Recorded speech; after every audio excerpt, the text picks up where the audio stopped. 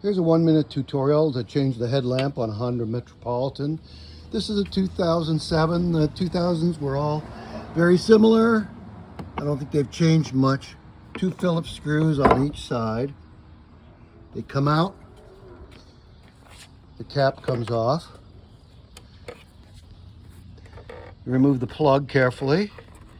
Mine is kind of tight. I've just done this. There's a rubber guard marked top, so you can't mess that up. Well, maybe you could. The lamp itself is held in with this spring. You pivot that back out of the way.